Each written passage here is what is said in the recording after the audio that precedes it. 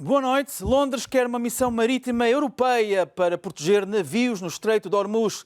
O Irão, por seu lado, anunciou ter detido mais de uma dezena de agentes norte-americanos.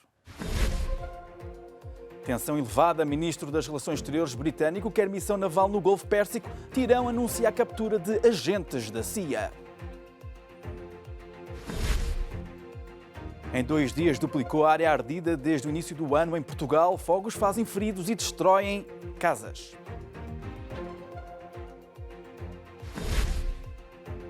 Violência aumenta em Hong Kong. Ataque a manifestantes pró-democracia gera represálias contra deputado pró-Pequim. Dois centauros visitam a Gare de l'Est em Paris. Uma atuação que recria as emoções numa estação de comboios. O Reino Unido prepara uma resposta à apreensão do seu petroleiro no Estreito de Hormuz. Londres prometeu uma ação robusta, mas o momento não é o ideal. Theresa May deixa a chefia do governo britânico amanhã.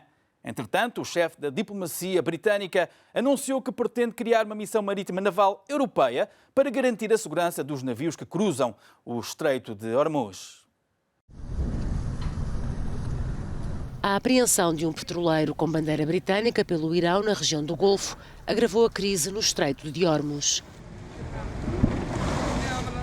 Em Londres, na Câmara dos Comuns, o ministro dos Negócios Estrangeiros pediu a Teherão para libertar o navio. Jeremy Hunt falou de pirataria estatal. Nos termos do direito internacional, o Irão não tinha o direito de obstruir a passagem do navio, muito menos subir a bordo. Foi um ato de pirataria do Estado que a Assembleia não terá qualquer hesitação em condenar. Vamos agora organizar uma missão de proteção marítima liderada pela União Europeia para apoiar a passagem segura da tripulação e da carga nesta região vital. Se o Irão continuar nesta via perigosa, terá de aceitar que o preço será uma maior presença militar ocidental nas águas ao lado das suas costas. Não porque queiramos aumentar as tensões, mas simplesmente porque a liberdade de navegação é um princípio que o Reino Unido e os seus aliados defenderão sempre.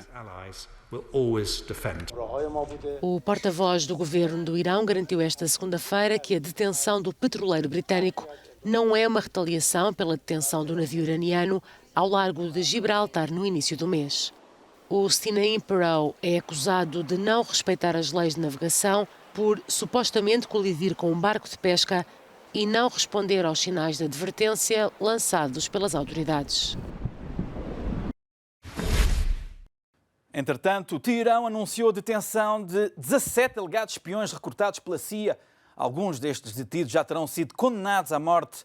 Os Estados Unidos reagiram. Washington diz que tudo não passa de uma mentira. Uma rede de espiões da CIA no Irão foi identificada e capturada. Foi esta a notícia dada no país, mas Donald Trump diz que é totalmente falsa. O Irão diz ter desmantelado uma rede de 17 espiões iranianos que trabalhavam para a agência norte-americana e que alguns já terão sido condenados à morte. Através do Twitter, o presidente dos Estados Unidos diz que há zero verdade nesta afirmação, que se tratam apenas de mais mentiras e propagandas, como em relação ao drone norte-americano abatido. E mentiras que são espalhadas por um regime religioso que está a falhar e que não sabe o que fazer. Gostaria de pedir a todos os que leem sobre este assunto que entendam que o regime iraniano é conhecido por mentir. Eles mentiram sobre onde derrubaram o drone americano, agora mentiram nos últimos dias sobre este navio-tanque. Mentir ao mundo faz parte da natureza do Ayatollah. Devemos ter bastantes reservas em relação a qualquer afirmação iraniana sobre as ações que tomaram. Segundo o Irão, os detidos pretendiam obter informações sobre o programa nuclear e sobre bases militares do país, mas não conseguiram prosseguir com as operações de sabotagem.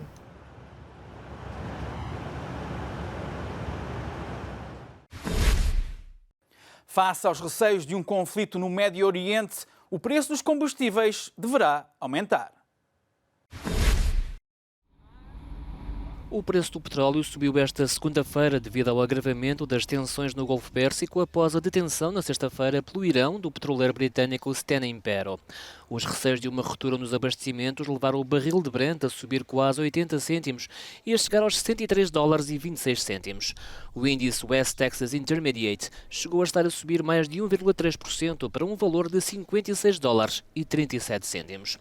A tensão no Golfo Pérsico tem vindo a agravar-se, em especial desde que um petroleiro iraniano foi bloqueado em Gibraltar por estar alegadamente a caminho da Síria em violação de sanções europeias. Na Síria, pelo menos 37 pessoas morreram e mais de uma centena ficaram feridas, vítimas de um bombardeamento de aviões russos sobre um mercado na província de Idlib, no norte do país.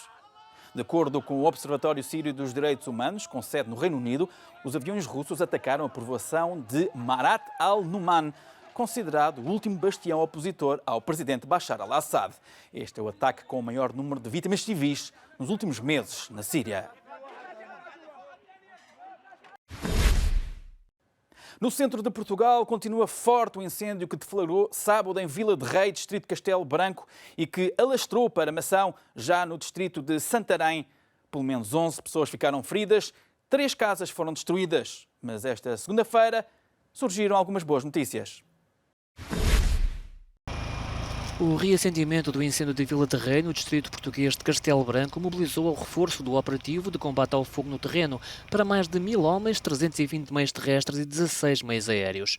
Ao final da tarde surgiu finalmente a notícia da autorização de voo em espaço aéreo europeu para 3 dos 6 helicópteros Kamov fretados por Portugal a uma empresa moldava, que assim podem juntar-se ao dispositivo nacional de combate a incêndios.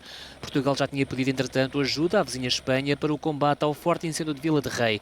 2 envios anfíbios espanhóis eram esperados já esta segunda-feira na região de Mação, no concelho de Santarém, para onde o fogo de Vila de Rei alastrou rapidamente na noite de domingo para segunda-feira. A Quercus acusou o governo, entretanto, de não ter utilizado devidamente os fundos europeus para implementar as medidas florestais necessárias na prevenção de incêndios. Cerca de 15 aldeias estiveram sob ameaça das chamas. Pelo menos 3 habitações foram destruídas em Sarnadas, concelho de Mação, onde o avanço das chamas deixou a população em sobressalto. A partir do meio da tarde, portanto, o fogo que já estava, portanto, a cercar ou a aproximar-se aqui da aldeia, principalmente por um dos lados, portanto, aumentou de intensidade e cercou a aldeia completamente, portanto, pelo lado esquerdo e do lado direito. Foi um bocado complicado, com fumo, muito fumo misturado e as pessoas, principalmente, com algum medo de tudo aquilo que estava a acontecer, para além de estarem a ver perder os seus pertences, digamos assim, os seus haveres. Este incêndio no centro de Portugal já provocou pelo menos 11 feridos, incluindo 2 operacionais já esta segunda-feira. Mas há outras vítimas do fogo, as abelhas. Deve ter perdido metade do efetivo, pai, umas 100 colmeias, que eu devo ter perdido. Aqui nesta área e noutras áreas que também arderam. 230 por aí. Foi quase metade.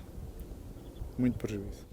O fogo, entretanto, já está a ameaçar a cidade de Proença Nova, a norte de Mação.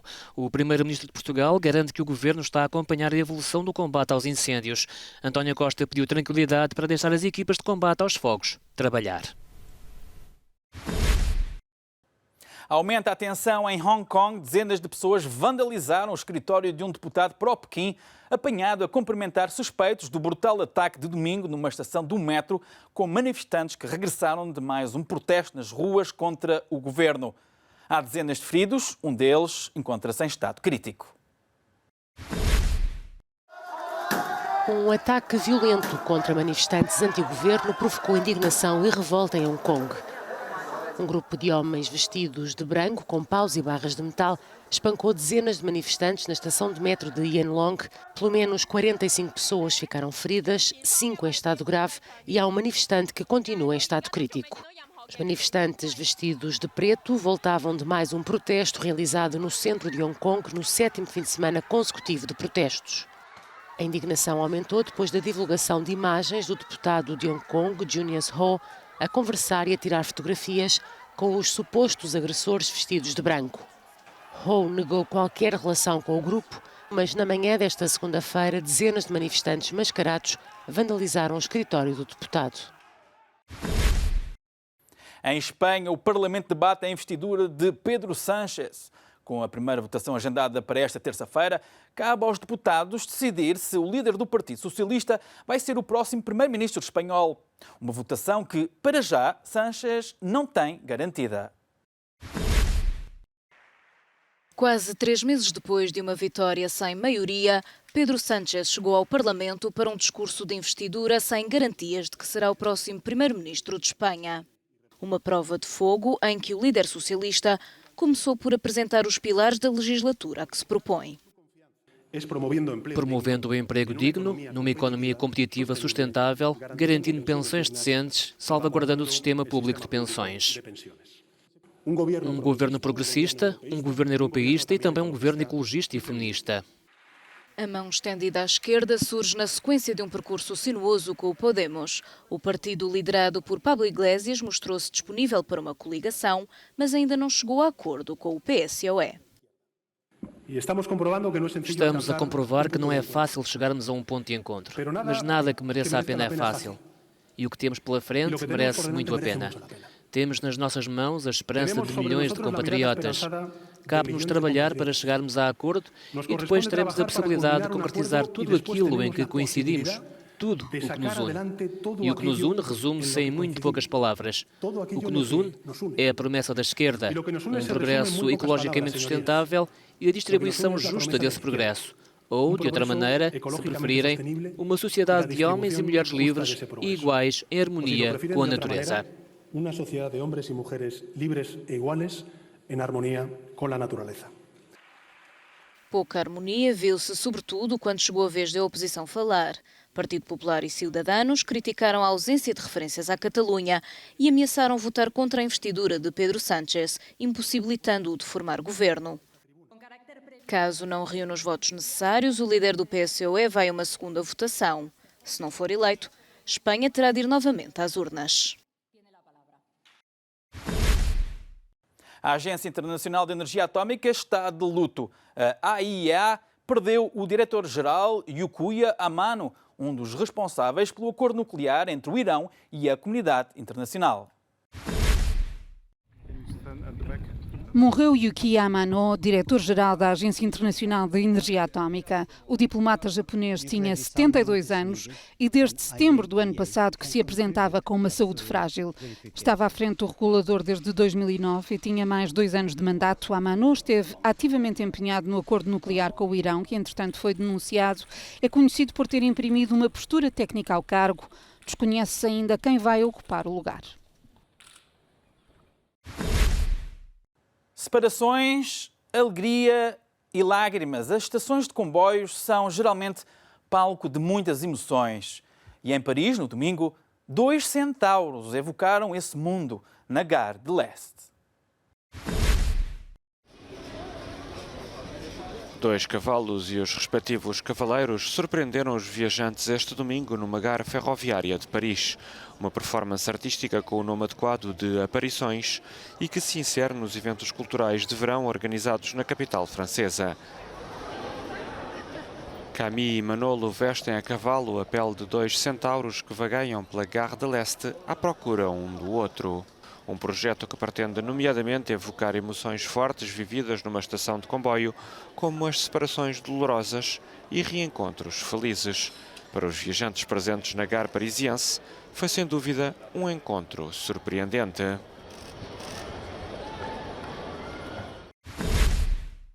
A despedida é o final deste Euronews Noite. Até breve.